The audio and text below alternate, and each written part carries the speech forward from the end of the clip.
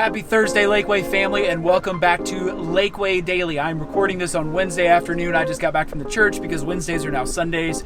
Days don't matter anymore. But I want to encourage you tonight to join us for worship on YouTube Live at 7 o'clock. A lot of times in message preparation, when I'm thinking and praying through what I want to talk to you all about, what I believe God wants me to talk to you all about, I ask myself a question: is this something that I would want to hear? I'll be honest, tonight's message is not something that I would probably want to click on. I'm going to be talking about the spiritual disciplines of silence and solitude. Those really go hand in hand. I got to thinking, I probably wouldn't click on that.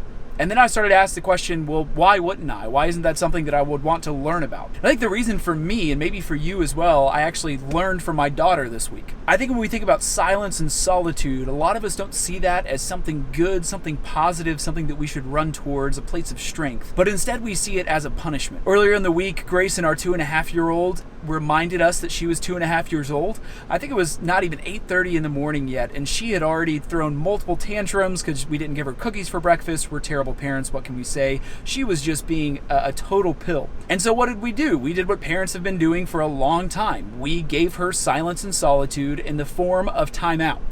So timeout for Grayson is we have a particular wall by my office, and we go and sit her down, and she has to stare at the wall for 60 seconds. Afterward, when she's crying, we pick her up, we hug her, we tell her we love her, and we tell her not to do whatever she did ever again, knowing that of course she will do it again. But when I think about silence and solitude, a lot of us still might have that in the back of our minds, that the times in life when we've really been silent and by ourselves have been times of punishment, things that we want to run from instead of running towards. But tonight I'm going to show you why Jesus models for us that silence and solitude, the wilderness, is really the place of strength. We're going to get really theological and really practical. What does it actually look like to take times of silence and solitude?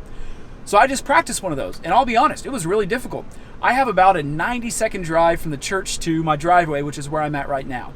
And I was scrolling through the radio when I was pulling out of the parking lot. I was trying to find a song that I liked, couldn't find one, so I just settled on some station that I don't listen to a lot and was just going to listen to whatever it was to have background noise.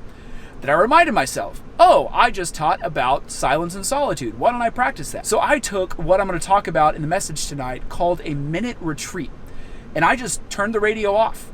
And I drove. Again, it was only about 90 seconds from the church to my driveway, but I just drove in silence and I prayed and I reflected. And I'll be honest, it was kind of uncomfortable. It wasn't the most fun. That's a way that we can break up into our days to experience these spiritual disciplines of silence and solitude, that we can really grow and strengthen our faith and grow and strengthen our own purpose and our own outlook in life as well. So listen, if you're one of those people thinking, oh great, this is a message that I can skip, maybe next week he'll do something cool, please do not skip this week. I really think it can be a blessing to all of us in a time that our souls are all just exhausted, when we're confused, feel like we're having the same conversation over and over and over again, like, hey, this is weird, when is this going to be over? I hate this. We're all saying the same thing over and over and over again, and our souls can get exhausted. And I want to show you tonight, 7 o'clock on YouTube Live, that silence and solitude are the place of strength. We'll see you tonight. Y'all stay safe. God bless.